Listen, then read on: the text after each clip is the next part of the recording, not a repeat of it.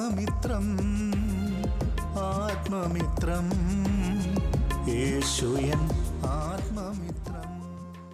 परमेश्वर की बड़े नाम की महिमा हो। फिर से आने वाला प्रभु यीशु मसीह के मधुर और श्रेष्ठ नाम से सबको जय मसीह की। परमेश्वर ने आज सुबह फिर से एक बार और परमेश्वर का वचन के साथ प्रभात मनन में आकर थोड़ी टाइम परमेश्वर का वचन को मनन करने के लिए परमेश्वर ने अवसर दिया है, इसलिए परमेश्वर को धन्यवाद देता हूँ।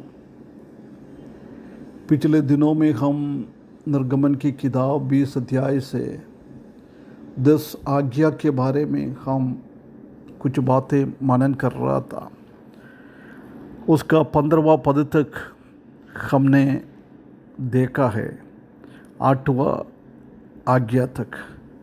आज से हम उसका 16 पद में 9वां आज्ञा को दिया हुआ है।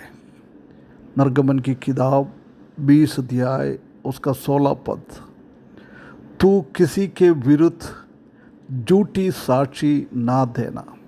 तुम किसी के विरुद्ध झूठी साक्षी नहीं देना। इंग्लिश में लिखा है नेबर, और हमारा दोस्त पड़ोसी को दोस्त लोगों के विरुद्ध में कभी भी झूठी साक्षी नहीं देना है। एकदम ये हम पढ़ने के टाइम हमको ऐसी लगता है, आजकल हमारा कचहरी में इसी बात को हम देख सकता है। किसी का केस वो प्रूव करने के लिए कई साक्षियों को बुलाता है। उसी टाइम कोर्ट में भी बोलता है, कभी मैं झूठ नहीं बोलूँगा, मैं सच्ची बात को कहता हूँ। ये फॉर्मल कोर्ट में ऐसी चलता रहता है। उधर भी सच्चाई होना, कभी भी गलत दूसरे के ऊपर लगाना नहीं चाहिए। हम जानता है कि ये 9वें आज्ञा को जब हम उल्लंघन करता है, यदि हम दूसरों के बारे में स्लैंडरिंग अपवाद बोलना, हमको मालूम नहीं है ऐसी चीज़ों को हम बोलना, और किसी ने कुछ बातें हम किसी के बारे में सुनता है, वो सच है क्या झूठ है क्या फ़र्क कर बिना देखते हम उनके विरोध में हम कई बातें बताता है। कई बात हमको जानते हुए भी ज़रूरत के अवसर पर हम चुपचाप बैठ जाता है। ये सब ये आज्ञा को उल्लंघन करने वाला बात है। बहुत बार हम झूठ बोलकर दूसरों के विरुद्ध में इधर उधर बात बोलकर हम उनका जीवन को खराब करता है, उनका जीवन में नुकसान पहुंचाता है। हमारा बातों के द्वारा, झूठे बातों के द्वारा हम दूसरे को घाव पहुंचाता है। ये सब हम काम करता है। कच्चा मनुष्य के विरुद्ध में हम उनका नाम को काला करने के लिए हम ऐसी काम करता रहता है। उनके जीवन में दुख पहुंचाना हम काम करता रहता है।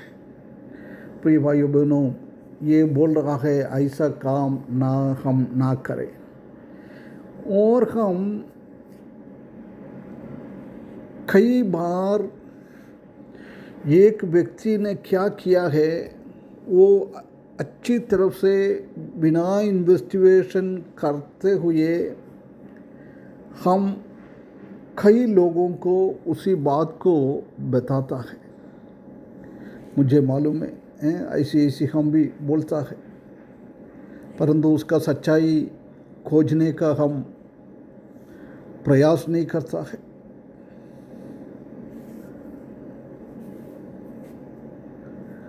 बार बार हम ऐसी बातों को बोलते जाता है। हम जानता है कि एक दूसरा व्यक्ति के ऊपर एक अनादर का अनुभव, एक झूठा अनुभव हम लेके आता है। उसी के द्वारा भी हम ये आज्ञा को उल्लंघन करता है।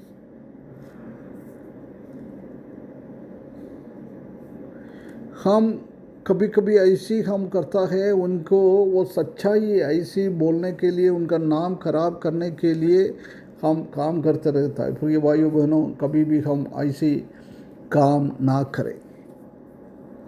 बहुत बार हम कुछ चीज़ों को जानते हुए भी हमारा मुंह नहीं खुलता है, हम चुपचाप बैठ जाता है। उसी के द्वारा उनके ऊपर आरोप लगा रहा है, उनका नाम खराब हो जाए, ये हम चाहता है। यदि एक तीसरा व्यक्ति के बारे में झूठ बोल रहा है, हमको मालूम है वो झूठ है, उसके बावजूद भी हम क्या है, हमारा कोई स्टेटमेंट हम नहीं देता है। कभी कभी हम असत्य को बताता है। हो सकता है हम उसी व्यक्ति को पसंद नहीं करता होगा, इसलिए उसको नाम खराब करने के लिए हम ऐसी ऐसी बातें करता है।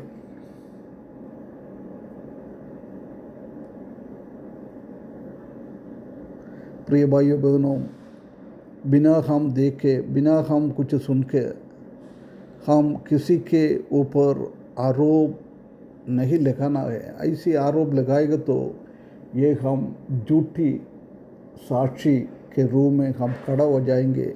वो परमेश्वर कभी भी हमसे नहीं चाहता है ना। नया नियम में हम आने के टाइम हम समझता है कि ये क्या है, झूठा आरोप, झूठा बातें बोलना है। कोलोसियों की पत्री 3 अध्याय उसका 9वें पद में ऐसे लिखा है, एक दूसरे से झूठ मत बोलो, क्योंकि तुमने पुराना मनुष्यत्व को उसके कामों समेत उधार डाला है। कभी हम झूठ नहीं बोलना है, क्योंकि जब हमने प्रभु यीशु मसीह को अपने उद्धार करते के रूप में सीखा रहा है, हम एक नया व्यक्ति बन गया है। नया व्यक्ति बनने के बाद हम कभी भी ऐसी बातें, झूठी साक्षी, झूठी बातें बोलना ये अच्छा नहीं है, क्योंकि वो बहुत क्लियरली लिखा है, तुमने पुराने मनुष्यत्व को उसके कामों समेत उधार डाला है। उसने हमारे जीवन से हमने बाहर कर दिया है। अभी उसी रास्ते में हम बार बार नहीं आना है। हमारा पुराना मनुष्यत्व का काम हम ना करें, हम हमारा नया एक व्यक्ति हम बन गया है, इसलिए नयापन के हिसाब से हमारा काम करना है। इसी के द्वारा हम हमारा परिपक्वता को दिखाना है, मैच्योरिटी को दिखाना है। हम हमारा जीवन को संभालना है। यदि समझ लो हम एक हफ्ते में कोई दूसरा व्यक्ति के विरुद्ध में हम क्या क्या बोलता है वो रिकॉर्ड करके रखेगा, तो हम समझता है कि हम कितना बातें दूसरे के विरुद्ध में झूठ बोलता है। हम जानता है कि ये झूठ बुलवाना ये परमेश्वर की ओर से नहीं है, ये शैतान की ओर से है। यूहन्ना 8:44 हम पढ़ेंगे तो उधर हम देख सकता है कि झूठ शैतान की ओर से आ रहा है। शैतान झूठ का पिता है। यदि हम ऐसी झूठी साक्षी देता है, झूठ बोलता है, हम समझ लें ये परमेश्वर के विरुद्ध में शैतान को आगे बढ़ाने के लिए, शैतान को खुश करवाने के लिए हम उनके बातों में फंस जाता है। हम प्रेरितों की काम 5:3 में हम देख सकता है कि जब हनन्यास ने वो उनका ज़मीन बेचकर गलत करके आधा अपने पास रख दिया, आधा कलीसिया में पतरोस के सामने लेके आया। जब पतरोस पूछ रहा है, ये भाई तुम ऐसी गलत करने के लिए शैतान ने तुम्हारे अंदर काम किए क्या? है ना, ये शैतान की काम है। प्रभु यीशु मसीह के मृत्यु के टाइम हम देख सकता है कि लोग कितना कितना झूठी साक्षी लेके आया है। ये सब शैतान का काम है। इसलिए प्रिय भाइयों बहनों, हम शैतान का एजेंट मत बने। इसी बातों को समझकर ये आज्ञा को ना उल्लंघन करते हुए परमेश्वर को महिमा करने के लिए परमेश्वर इस वचन के द्वारा हमको सकायदा करे, उसके बड़े नाम की महिमा हो। आत्ममित्रम आत्ममित्रम